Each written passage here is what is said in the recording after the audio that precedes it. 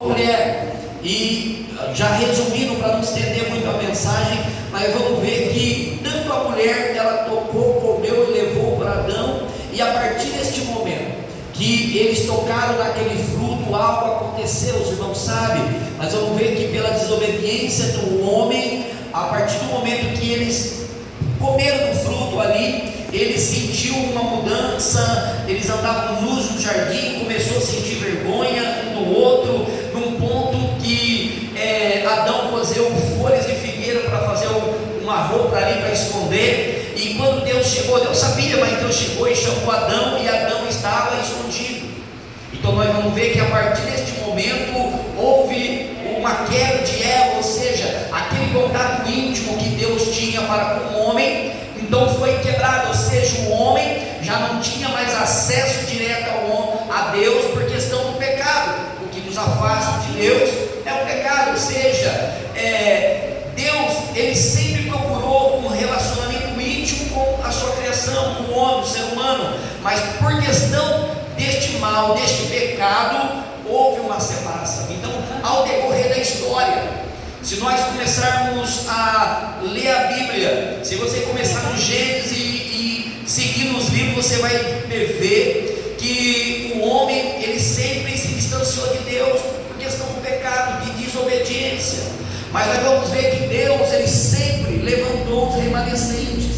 Deus sempre levantou um homem, uma mulher de Deus ali, que ouvia a voz de Deus, que obedecia a voz de Deus. E Deus sempre procurou refazer ali uma aliança, fazer um pacto. Então nós vamos ver o caso de Noé.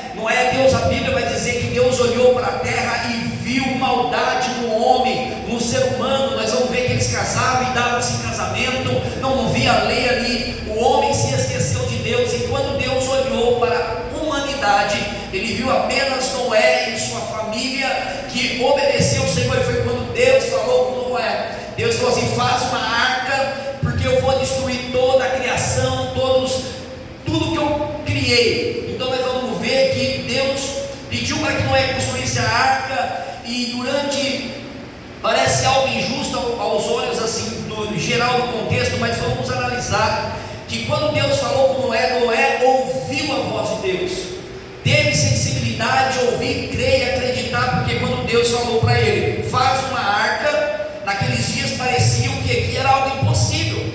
Você vai observar que naqueles dias não havia chuva sobre a terra, mas a Bíblia vai dizer que havia apenas ali um nevoeiro, uma neblina que molhava a terra. Então naqueles dias, quando Noé começou a construir a arca, ele pregava que haveria um dilúvio.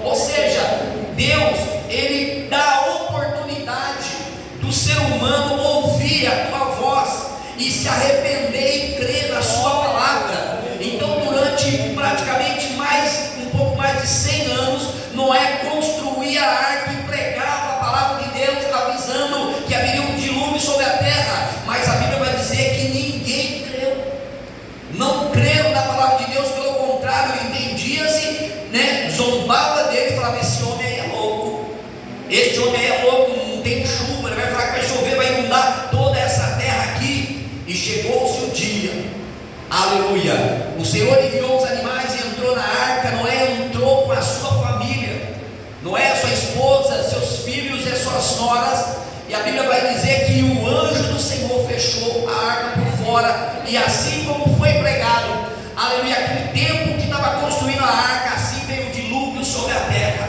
aleluia. Aí eu acredito que aqueles homens começaram a lembrar da pregação, não era loucura, era verdade. De repente foram até correr lá, a Bíblia não diz, mas nós começamos a imaginar que de repente a pessoa até se arrependeu, mas se arrependeu no momento errado.